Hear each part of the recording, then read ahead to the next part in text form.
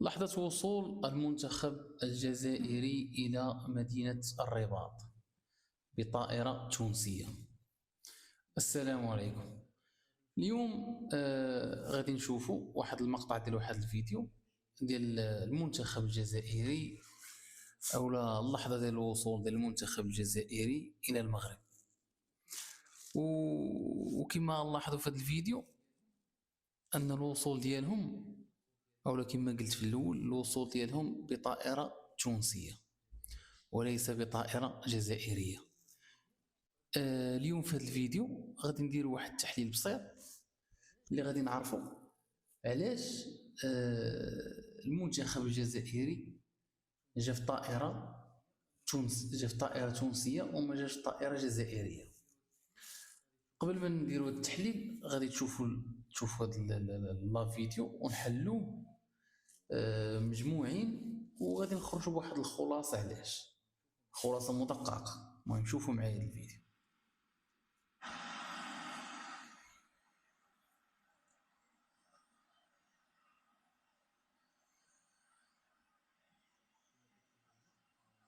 كما كتشوفوا هنا ها هما اللاعبة هابطين من الطيارة، ها هو الدرابو ديال الطائرة التونسية، ها هو في كيبان.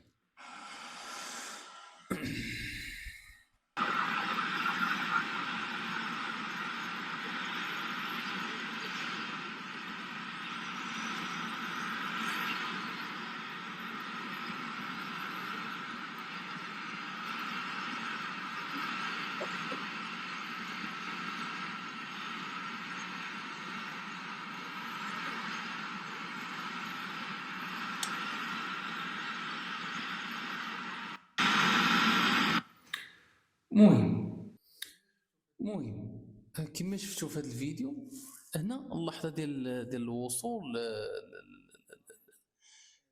الفريق الجزائري إلى المغرب، وجا في واحد الطائرة تونسية. المهم غنرجعوا واحد شوية بالأحداث اللور وغادي نعرفوا علاش السبب. بالنسبة علاش جاو بالطائرة التونسية، لأن الخطوط الجزائرية أو الطيران الجزائري ممنوع من أنه حتى طيارة أنها ما تنزل في المجال الجوي المغربي. علاش ممنوع؟ علاش؟ حيت الجزائر هي الأولى أو هي السباقة اللي كانت 2021 كانت منعت أولا تم إغلاق المجال الجوي الجزائري على الطائرات المغربية المدنية أو العسكرية. يعني هما في 2021 وناضوا فيها وطبلوا بها ودو الصحافة ديالهم وما خلو كي داروا قالوا بالبوق. والمغرب في هذه المسائل ما فهمتش عارف اش كيدير، يعني الدبلوماسيه هذه كتسمى الدبلوماسيه المغربيه. المغرب ما دار حتى شي رياكسيون، ما دار والو، الامور ماشي مشكل، خلاها توصل لكوب دافريك. دونك مني هما قاطعين على الطائرات المغربيه الوصول الى يعني الدخول للمجال الجوي ديالهم او الهبوط اي طائره مغربيه الى الجزائر. فكذلك اراد المغرب منع اي خطوط جزائريه انها تحط في او تدخل المجال الجوي المغربي. يعني احنا كان داكشي ديال السياسه، فهمتي، هذه السياسه. يعني هما ديجا دايرين هذا المشكل من قبل. وقضيه اخرى بالنسبه لهذه القضيه مشابهه للقضيه ديال فرض الفيزا. حيت شكون اللي فرض الفيزا الاول؟ اللي فرض الفيزا راه هما الجزائريين. الجزائريين دابا قبل راهم كانوا فارضين الفيزا على المغاربه. دابا فكرنا بها منطقيا، واش المغاربه غينوضوا هكاك وغيمشيو للجزائر؟ المغاربه اش غيديروا في الجزائر؟ هذه اول حاجه. دونك المغاربه ما غيمشيوش للجزائر. دونك علاش فرضوا الفيزا؟ ما كاين حتى شي سبب.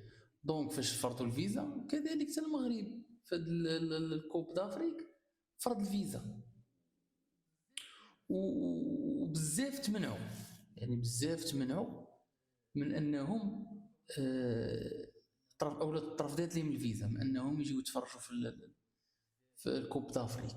بزاف اللي منهم كاين واحد الناس اللي محطوطين في بلاك ليست، يعني اللي ما غاديش يقدروا، ما غاديش يعطيوهم الفيزا. علاش؟ حيت عارفينهم انهم عندهم واحد السوابق في السوابق في هادشي ديال السوشيال ميديا، اولا كل ما يخص هادشي ديال الانترنت، اولا كيطلقوا اشاعات على المغرب، اولا عارفينهم انهم غاديين يشوهوا الصوره ديال المغرب، اولا ما غاديش يجيو بحسن النيه. يعني ترفضوا بزاف، وراهم بزاف دايرين فيديوهات في الانترنت. هذه من جهه. من جهه اخرى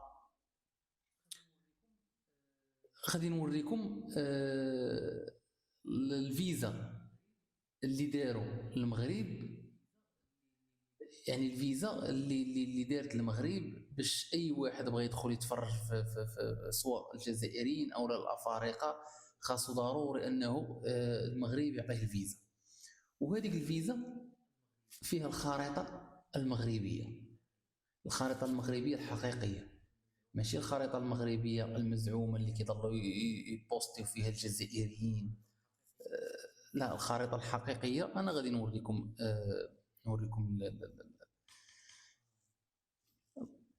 هي كما كتشوفوا معايا الفيزا.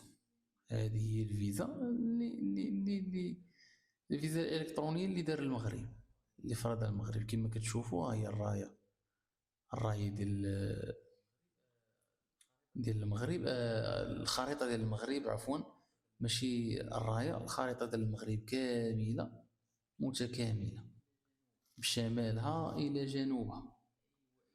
يعني اي جزائري واخا يعطيهم الناس اللي مستوفين فيهم الشروط في الجزائر، راه غادي يعطيوهم الفيزا. هذيك الفيزا راه فيها الخريطه ديال المغرب، يعني الخريطه ديال المغرب كامله متكامله، يعني ديها معاك، فهمتي؟ باش تستلم الفيزا ديها معاك الجزائر، عطيها لشنقريحه. المهم anyway. وقضيه اخرى، واللي هي انا غادي نوريكم، اللي هي واخا هاد المشاكل كامله كيبقى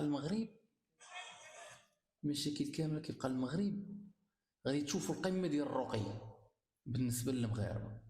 شوفوا الاستقبال اللي استقبلوهم الناس، او اللي استقبلوهم الاطر اللي مكلفه بالاستقبال. شوفوا الاستقبال ديال الراقي او ديال الرقي اللي استقبلوا المنتخب الجزائري كيف داير، واللي غادي نختموا بها.